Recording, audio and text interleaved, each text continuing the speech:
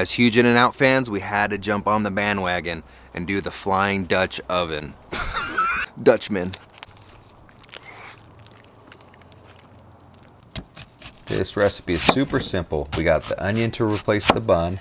We're gonna season it, cook it over high heat, and our sauce is gonna be very simple. We're gonna have mayonnaise, ketchup, mustard, some pickle juice, salt and pepper, and I got a little jalapeno powder to give it a little kick.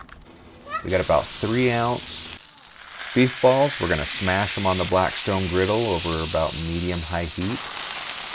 Season them, put a little mustard on there, give it a nice flip, trying to get that crust.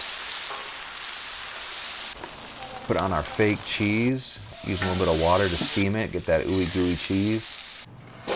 And now we're gonna build it. There's so many different combinations you can do with this recipe. This was our own take on it. The family enjoyed, we enjoyed.